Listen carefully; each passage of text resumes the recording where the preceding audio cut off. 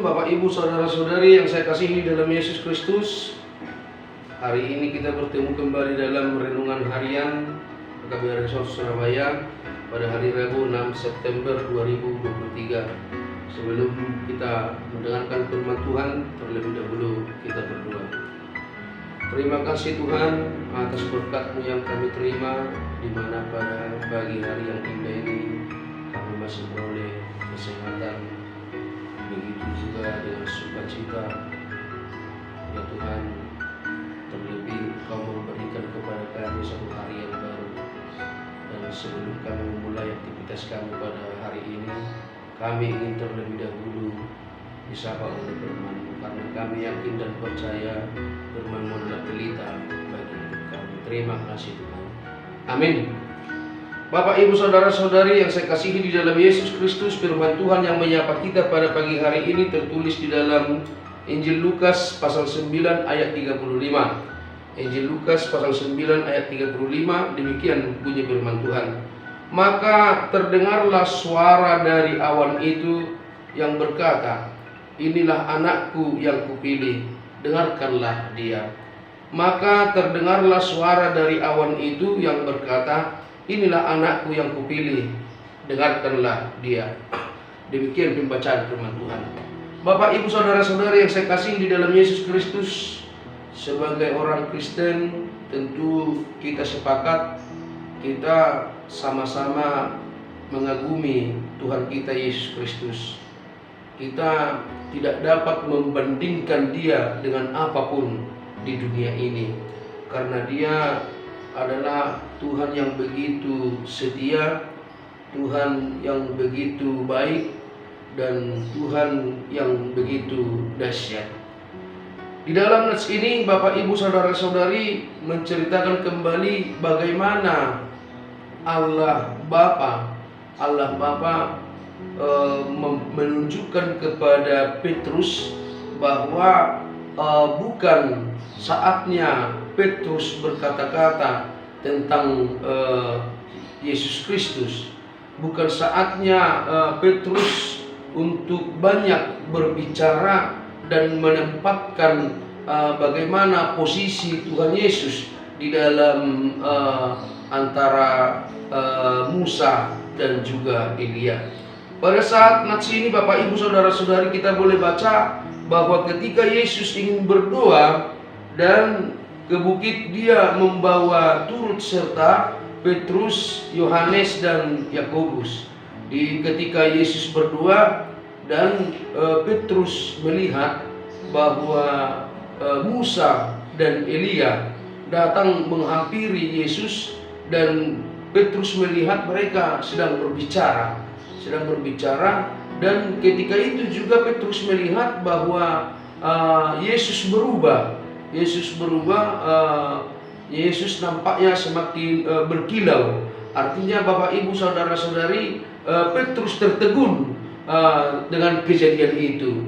Maka secara spontan dia mengatakan, "Ada baiknya saya mendirikan 3 tenda di bukit ini." Artinya satu untuk Musa, satu untuk Elia, dan satu untuk Yesus. Sehingga Bapak, Ibu, Saudara-saudari, Allah berkata bahwa bukan Yesus tidak dapat dibandingkan dengan apapun. Artinya walaupun Musa dan Elia ada bersama-sama dengan Yesus pada saat itu, mereka tidak dapat dibandingkan. Kita mengakui bahwa Musa dan Elia sangat berperan dalam kitab Perjanjian Lama, tetapi Yesus adalah penggenapan daripada penggenapan daripada Alkitab, penggenapan daripada janji. Artinya Yesus itu tidak dapat dibandingkan dengan Musa, begitu juga dengan Elia. Sehingga Petrus juga mengatakan seperti ini, baiklah Yesus ditempatkan di tempat yang pertama, lalu Musa, lalu Elia.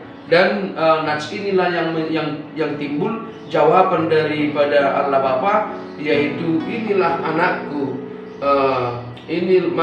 Maka terdengarlah suara dari awan itu yang berkata, "Inilah anakku yang kupilih, dengarkanlah dia. Artinya Bapak Ibu Saudara-saudari, melalui nats ini Petrus dihimbau untuk mendengarkan Yesus Kristus, mendengarkan perintahnya, mendengarkan apa yang disampaikan untuk mengenai hal itu.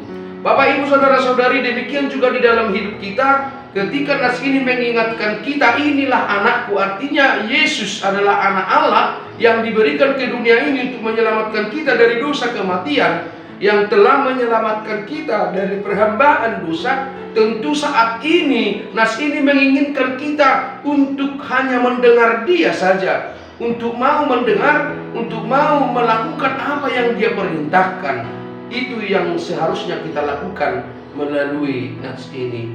Melalui Yesus Kristus, melalui kejadian ini Allah mengingatkan kita untuk mau hanya mendengarkan Yesus Kristus saja, karena dia sesungguhnya adalah putra Allah yang diutusnya untuk kita manusia, untuk membebaskan kita, untuk menyelamatkan kita.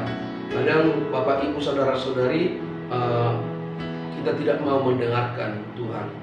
Kita tidak mau mendengarkan apa yang dia katakan terhadap diri kita masing-masing. Kadang ketika kita berdoa, martangiang artinya tangi itu mendengarkan.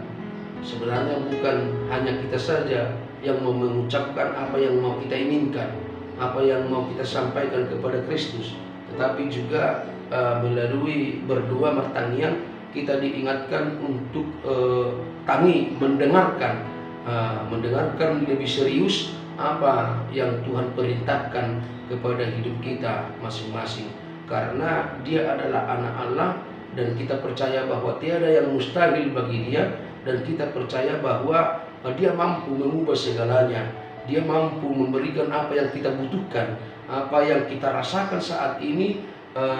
Tuhan juga tahu. Melalui kata tangi, kita disarankan untuk lebih mendengarkan, lebih serius mendengar apa perintah Tuhan di dalam perjalanan kehidupan kita kepada kita masing-masing.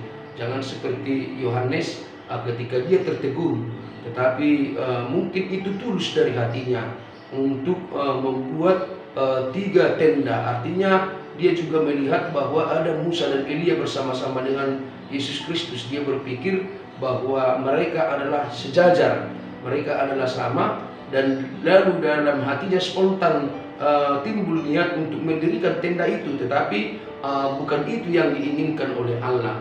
Bukan, walaupun di sana ada Musa, ada Elia, tetapi Tuhan Yesus yang menjadi inti penggenapan atau anak-anaknya, sehingga dia menyarankan untuk kita mendengarkan, Petrus mendengarkan, dan kita mendengarkan Tuhan Yesus yang Tuhan Allah berikan kepada kita. Semoga kita dimampukan, dikuatkan, dan selalu mengingat bahwa Tuhan telah diberikan, Tuhan Yesus Kristus telah diberikan oleh Allah.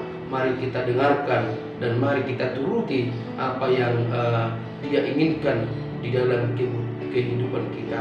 Karena itulah Bapak Ibu Saudara-saudari, kita diwajibkan untuk mendengarkan suaranya. Tiada hal lain yang harus kita lakukan selain daripada mendengar dan menuruti. Amin. Kita berdoa.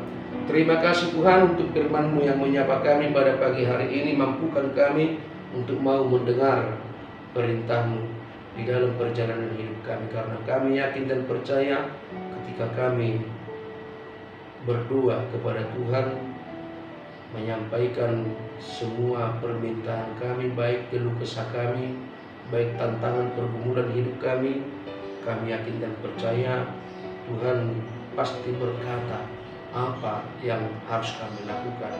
Tetapi karena dorongan daripada dan desakan daripada pergumulan kami, sehingga kami tidak sadar, kami tidak mau dan lupa mendengarkan apa yang Tuhan ingin kami lakukan di dalam perjalanan hidup kami.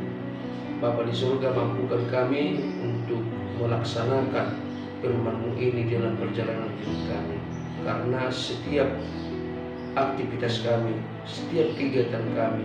Tuhan ada bersama-sama kami dan ingin menyerukan sesuatu apa yang akan kami lakukan, sehingga ketika kami berjalan, melangkah, bekerja menurut dengan perintah-Mu, maka kami akan mendapatkan apa yang kami inginkan.